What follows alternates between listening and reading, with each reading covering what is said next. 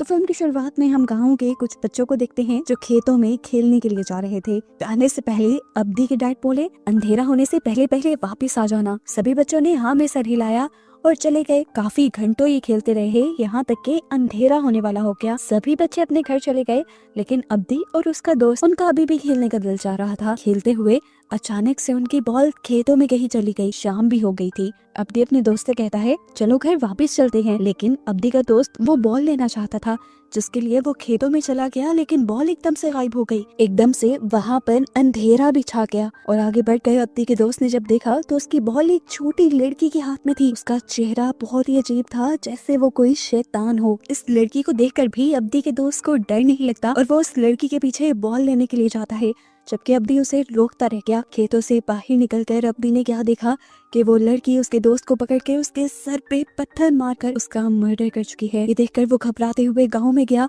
और उसने गांव वालों को चिल्ला चिल्ला कर बुला लिया। सभी लोग अब्दी की बात मानते हुए अब्दी के दोस्त को ढूंढने के लिए निकल जाते हैं। जहाँ पर अब्दी ने उसे देखा था, अब वो वहाँ नहीं था, लेकिन फिर नदी के दरमियान एक पत्थर पर उन्हें उस बच्चे की लाश मिल गई। सब लोग इस हादसे से बहुत ज्यादा डर चुके थे। वो बच्चा जो मरा था, उसके डैड को लगता था कि अब्दी ने ही उस बच्चे को मारा है, क्योंकि आखिरी मर्तबा वही उसके साथ था और अपना कत्ल छुपाने के लिए वो ये सब कर रहा है। इससे पहले कि अब्दी को उसके ना की गलती की सजा मिल जाती, यहाँ पर गांव की बड़ी फैमिली का एक मेंबर आ जाता है और आकर वो अब्दी की साइड लेता है और कहता है, मुझे अब्दी पे यकीन है, वो सब अब्दी ने नहीं किया और अब्दी जो कह रहा है वो सच कह रहा है। वो सब सुमोला ने किया है और शायद वो आज तक जिंदा है। सुमोला के बारे में ये लोग नहीं जानते थे।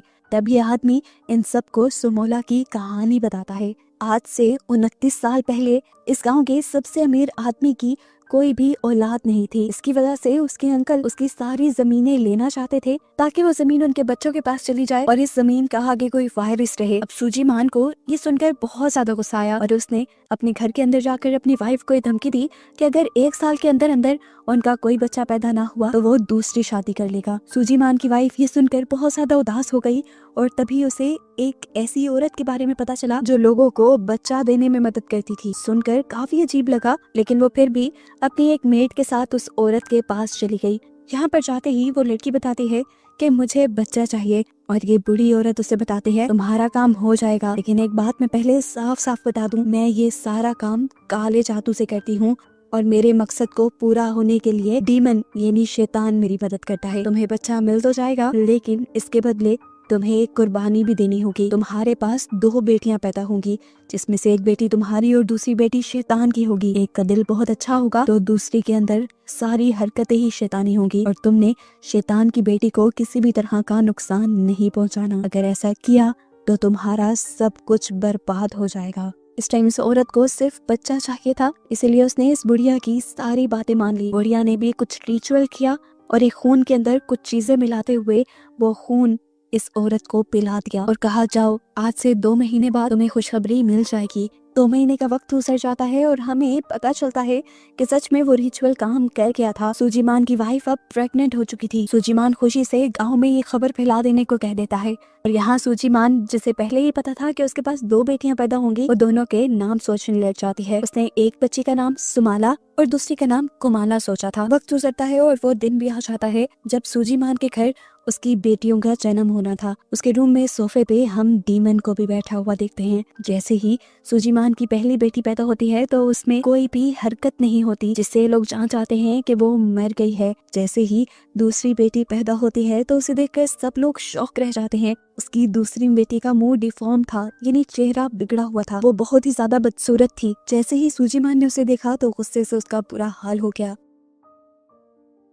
गुस्से में सूजीमान बाहर से जाकर एक चाकू ले आया और अपनी इस बेटी को मारने लगा। हालांकि उसकी वाइफ ने उसे मना भी किया, क्योंकि उसने डीमन के साथ डील की थी कि वो इस बच्ची को कुछ नहीं करेंगे, लेकिन सूजीमान को इस डील के बारे में नहीं पता था, इसीलिए उसने उससे स्टैब करके मार डाला। उस बच्ची के मरते ही जो पहली बच्ची मरी हुई पैदा हुई थी, उसके अंदर भी एकदम से जान आ गई और वो रोने लगी। उसकी आवाज सुनकर सुचिमान बहुत ज्यादा खुश हो जाता है और गांव वालों में ये खबर फैला देता है कि उसकी बेटी हुई। लेकिन चंद सालों बाद ये मालूम होता है कि उसकी बेटी भी एक तरफ से अपाहज थी। उसकी बॉडी के राइट साइड का कोई भी हिस्सा, यहाँ तक के टांग और हाथ काम नहीं करते थे और इस बच्चे का नाम उन्होंने कुमाला रखा था। अब यहाँ पे हमें पता चलता है कि सुचिमान भी बचपन में इसी तरह पैदा हुआ था, लेकिन फिर उसकी कुछ थेरेपीज चली थी जिसके बाद से वो नॉर्मल हो गया। कुमोला की भी ये लोग थेरेपीज करवा रहे थे, लेकिन थेरेपीज का कुमोला पर कोई असर नहीं था। एक दिन हम देखते हैं कि कुमाला साइकिल के साथ खेल रही थी। जैसे ही उसकी मॉम उसे ऐसा करने से मना करती है तो पता नहीं क्यों उसे बहुत ज्यादा गुस्सा आ जाता है। वो अपनी मॉम के साथ बदतमीजी करती है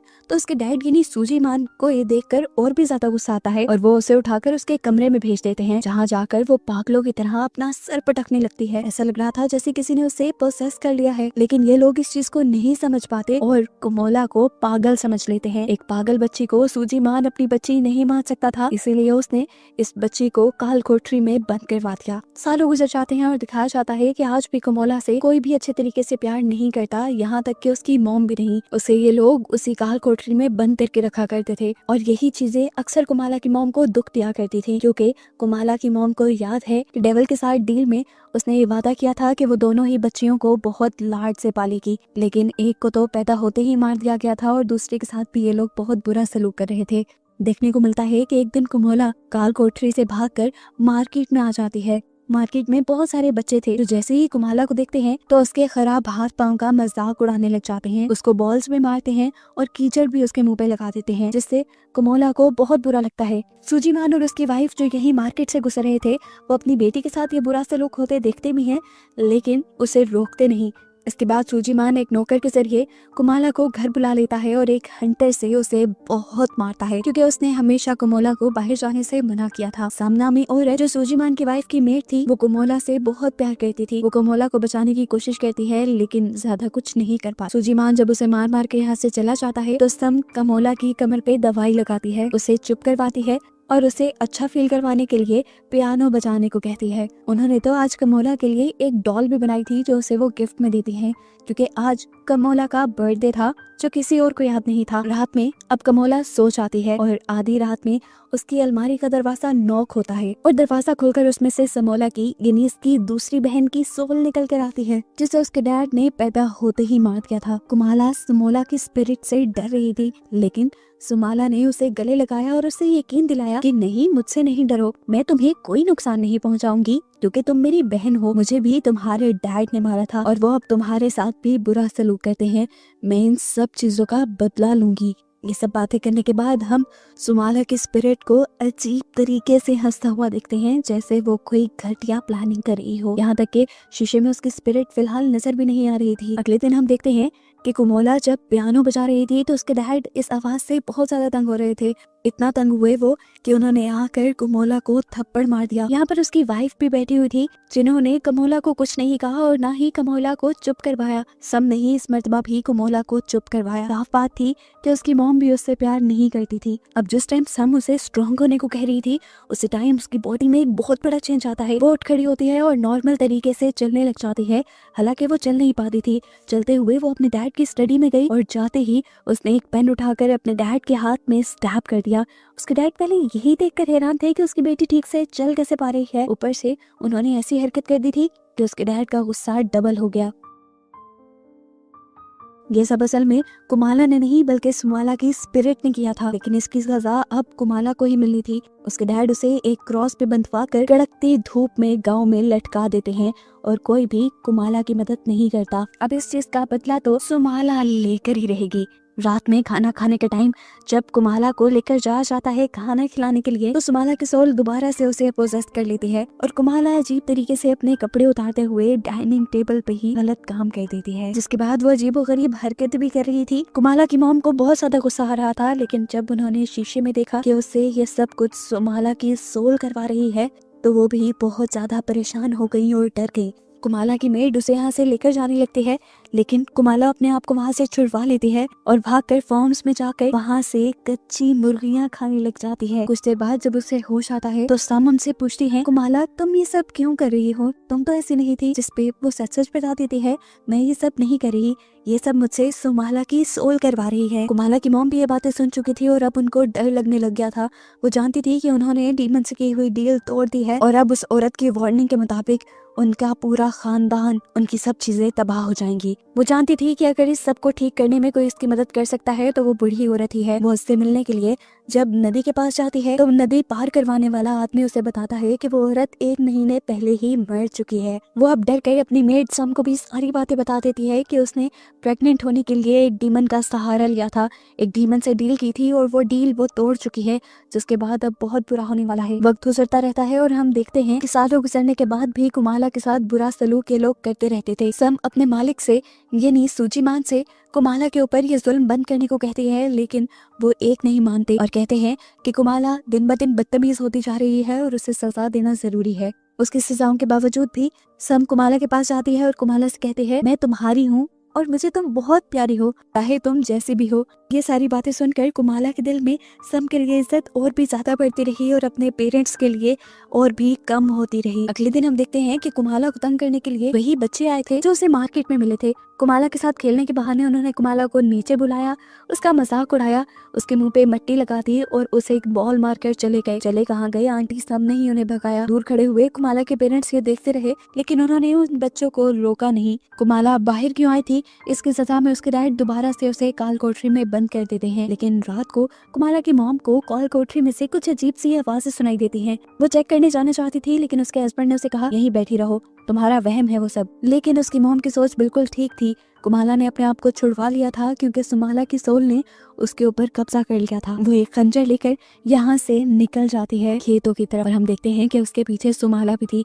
वो उस बच्चे के पास गई जिसने उसके हैंडीकैप होने का मजाक उड़ाया था। वो बच्चा कुमाला को चलता देखकर और उसके पीछे सुमाला की सोल को देखकर बुरी तरह डर गया। इससे पहले कि वो भागकर अपने घर की तरफ बढ़ता, कुमाला ने उसे पीछे से पकड़ा और अपने हाथ में पकड़ा हुआ खंजर उसकी कमर में स्टैब करते हुए उसे मार डाला। अब उसके बाकी 2 साथी जो अभी भी रात को बाहर निकले हुए थे, कुमाला अब उन दोनों के पास गई। पहले तो उसने इन दोनों को खूब डराया, उनका मजाक बनाया और फिर उन दोनों के ऊपर हमला करके भी उन्हें मार डाला। वो तीनों बच्चे जो रात में मरे थे, अगले दिन उनके पेरेंट्स और पूरे गांव वाले उन्हें ढूंढने लगे, लेकिन पूरे गांव में से वो बच्चे नहीं मिले। तब गांव वालों ने अगले दिन दूसरे गांव में जाकर उन बच्चों को ढूंढने का फैसला किया और तब तक किसी भी बच्चे को सूरज ढलने के बाद घर से बाहर निकलने से मना कर दिया। अब बाकी सारे बच्चे अपने बड़ों के कहने के मुताबिक घर के अंदर ही छुप कर बैठे हुए थे और सारे बात कर रहे थे, क्या पता वो तीनों हमें तंग करने के लिए गए हों। अभी वो यही सोच ही रहे थे कि यहाँ पर कुमोला ने आकर बॉल रख दी, फिर वो बॉल उठाकर बाहर ले गई। सब बच्चे बॉल लेने के लिए बाहर चले गए। हालांकि उनमें से एक बच्चे ने कुमोला के हाथ में उस खंजर को नोटिस भी कर लिया था, लेकिन फिर भी वो कुछ ना समझ पाए और बाहर निकलने पर कुमोला ने सारे बच्चों को बेरहमी से मार दिया। अब सुबह होने पर गांव वालों को मरे हुए बच्चों की लाशें मिलना भी शुरू हो जाती हैं। एक लाश को कुएं के पास पत्तों के नीचे छुपाया गया था, जबकि एक लाश को कुएं के अंदर डाल के छुपाया गया था, क्योंकि जब सम ने पानी निकाला तो कुएं के अंदर खून था। बाकी सब बच्चों की लाश खेतों में पड़ी हुई थी और उन सब के सरों को बॉडी से अलग कर दिया गया था। सबके सर एक डंडे में इस तरह पिरोए गए थे जैसे मोती हों, एक के बाद एक ऊपर नीचे करके, जिसे देखकर सभी बहुत ज्यादा डर गए, यहाँ तक के सूजीमान भी। अब इन सारी बच्चों की लाशों के पास क्योंकि कुमाला की डॉल मिली थी, तो सबको लगा कि ऐसा सब या तो कुमाला ने किया है या उसके डैड ने। जैसे ही सारे गांव वाले सूजीमान के घर आए तो सूजीमान ने उनसे कहा, तुम्हारे पास कोई सबूत है कि ये सब मैंने किया है? और अगर तुम मेरी बेटी के ऊपर इल्जाम लगाना चाहते हो तो ये सब कैसे कर सकती है? वो तो ठीक से चल भी नहीं पाती। सूजीमान भी मान नहीं सकता था कि ये सब कुमाला ने किया है, लेकिन फिर उसके माइंड में आया कि कभी कभार कुमाला चलने भी लगती है और अजीबोगरीब हरकतें भी करती है, हो सकता है कि ये सब उसने किया हो। वैसे भी उसको तो रात में काल कोठरी में बंद कर दिया जाता था, तो फिर वो बाहर कैसे गई? यही सोचते हुए सूजीमान जब काल कोठरी में जाता है तो देखता है कि वहाँ पे एक बहुत बड़ा सुराख था जिसे बोरियों से ढका गया था, और ऐसे सूजीमान को ये बात कंफर्म हो गई कि उसकी बेटी ने ही वो सारे मर्डर किए हैं। यहाँ पर अब डरते हुए पहली मर्तबा कुमाला की मॉम बोलती हैं और बताती हैं, ये सब कुमाला ने नहीं बल्कि सुमाला की सोल ने किया है। उसे यकीन दिलाने के लिए वो ये भी बताते हैं कि उन्होंने खुद सुमाला की सोल को अपनी आंखों से देखा था। अब इन बातों के पीछे कितना सच है ये सब जानने के लिए सूजी मान कुमाला के रूम में जाता है और उससे वादा करता है कि अगर तुम मुझे सच बताओगी तो मैं तुम्हें कोई नुकसान नहीं पहुंचाऊंगा। बताओ इस सब के पीछे कौन है। और यहाँ पर कुमाला बता देती है कि इस सब के पीछे सुमाला की सोल है। कुमाला बताती है कि मैंने उसे बहुत रोकने की कोशिश की थी लेकिन वो नहीं मानी। कुमाला ये भी बताती है कि सुमाला की सोल ने उससे वादा किया है कि जितने भी लोग कुमाला को परेशान करते हैं वो उन सबको मार देगी। और यहाँ पर सूजीमान को अपना ही डर हो गया क्योंकि सबसे ज्यादा टॉर्चर तो सूजीमान ने खुद कुमाला को किया था। डरते हुए वो नीचे जाता है और अपने नौकर से कुमाला को और भी ज्यादा जोर से काल कोठरी में बंद करने को कहता है ताकि वो चल ना पाए और सुमाला की सोल उससे कुछ करवा ना पाए। इसके बाद वो एक शेमन के पास गया इन सारी चीजों के इलाज के लिए। शेमन ने यहाँ पे कुछ मंत्र पढ़े और इस कहानी को जानने की कोशिश की कि आखिर कुमाला के पीछे वो सोल पड़ी हुई क्यों है। और उन्हें यहाँ पर वो सारा कुछ नजर आ गया कि किस तरह उसकी वाइफ ने सिर्फ बच्चे पैदा करने के लिए डीमन से कॉन्ट्रैक्ट कर लिया था। इस सारे कॉन्ट्रैक्ट के बारे में वो सूजीमान को भी बता देते हैं। हमें पता चलता है कि कुमाला और सुमाला का आज 9वां बर्थडे भी था। सम जब कुमाला को प्यार करने के लिए उसके पास आई तो उसने एक गिफ्ट के तौर पे सम को कहा कि तुम आज मेरे पास मत आना क्योंकि सुमाला ने मुझे बताया है कि रात 12 बजे के बाद वो यहाँ पर मौजूद सभी लोगों को मार देगी और मैं नहीं चाहती वो आपको कोई नुकसान पहुँचाए। उसकी बात मानते हुए सम अपने बेटे को लेकर यहाँ से जाने लगती है। हालांकि उसका बेटा पूछता भी है कि हम ये सब छोड़ के क्यों जा रहे हैं, यहाँ पर तो हमें सब मिलता है, लेकिन सम कोई जवाब नहीं देती। रात में सूजीमान का नौकर जब कुमाला को खाना देने के लिए आता है तो वो उसे पसंद नहीं आता। वो जब खाना चेंज करने को कहती है तो नौकर उसे बदतमीजी करने लग जाता है। तो इस टाइम वो पास पड़ा एक कॉकरोच उठाकर अजीब तरीके से खाती है जो उसे अब मजे का भी लग रहा था। ये देखकर उस आदमी का भी दिल खराब हो गया। सीन कट होकर अब हमें सूजीमान और शेमन को दिखाया जाता है जहाँ सूजीमान शेमन से ये सब ठीक करने के बारे में पूछ रहा था। अचानक शेमन की आंखें सफेद हो गईं और वो डर गया। शेमन ने बताया आज डीमन यानी सोलोमा कमोला पर पूरी तरह अपना काबू कर लेगी और हर चीज तबाह कर देगी। ये सब ठीक करने के लिए और उसकी पावर्स को कम करने के लिए शेमन उसे एक खंजर देता है। वो कहता है कि तुम बस उसकी पावर्स को कम करके मेरे पास ले आना, मैं बाकी उसे संभाल लूंगा। उसने सूजीमान से भी कहा कि अगर चीजें तुम्हारे हाथ से निकल जाएं और तुम उसे यहाँ ना ला पाओ तो तुम कुमोला के दिल में ये खंजर स्टैब करके उसे वहीं पे मार देना, क्योंकि हम लोग शैतान के इस बच्चे को यहाँ इंसानी दुनिया में नहीं छोड़ सकते वरना वो इंसानों को बार बार मारता रहेगा। अब दिखाया जाता है कि कुमोला ने अपने आप को आजाद करवा लिया है। जाहिर सी बात है सुमोला की हेल्प से। वो अब उस नौकर के कमरे के बाहर आकर रोने का ड्रामा करती है जिस नौकर ने उसे अच्छा खाना नहीं दिया था। ये नौकर जब कुमोला को पकड़ने की कोशिश करता है तो कुमोला उसे ही मारने की कोशिश करती है। वो आदमी डरकर वहां से भागने लग जाता है और अब कमोला उसके पीछे पड़ जाती है। वो आदमी बच बच के भाग रहा था लेकिन कमोला ने दरवाजे के ऊपर स्टैब कर करके दरवाजे को तोड़ दिया और फिर घर के अंदर आ गई। वो आदमी उससे बचने के लिए भाग रहा था। पीछे से कमोला ने चाकू को गोल गोल घुमाते हुए उसकी तरफ फेंका जिससे चाकू उसके जिस्म में स्टैब हो गया और वो वहीं मर गया। इसके बाद हमें कमोला की मॉम को दिखाया जाता है जिसकी आंख पियानो की आवाज से खुली थी। उसकी मॉम जब नीचे आई तो उन्होंने देखा कि कुमाला ही पियानो बजा रही थी और उसको देखते ही कुमाला अजीब तरीके से उनकी तरफ चाकू लिए बढ़ने लगी।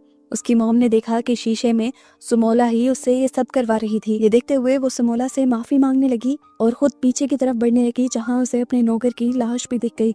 उसे पता था कि अब ये दोनों उसे भी मार देंगी, इसीलिए वो भागकर अपने रूम में जाकर अपना दरवाजा बंद कर लेती है और उसके आगे एक स्टूल भी लगा लेती है। कुमोला बार बार दरवाजे को खंजर से स्टैब करते हुए उसे मारने की कोशिश करती है और फिर ताकत लगाकर ये दरवाजा ही खोल देती है। कुमाला की मॉम उससे माफी मांगती रही लेकिन उसने उसके ऊपर रहम नहीं किया और खंजर को उसकी टांग में स्टैब करते हुए उसे मारने की कोशिश की। इस टाइम उसकी मॉम को बहुत दर्द हो रहा था।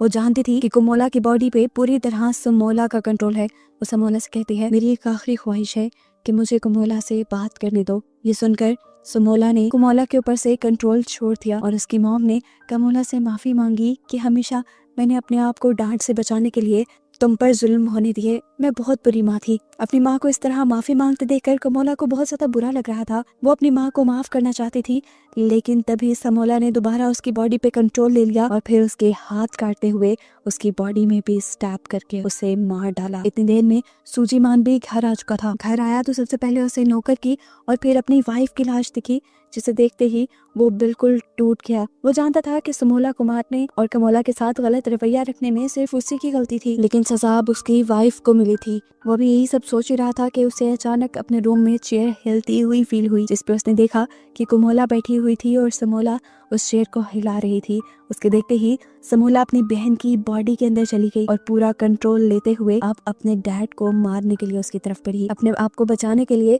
सोजीमान तेजी से घर से बाहर निकल जाता है और गांव में जाकर ढोल बजा देता है और सबको जगाता है।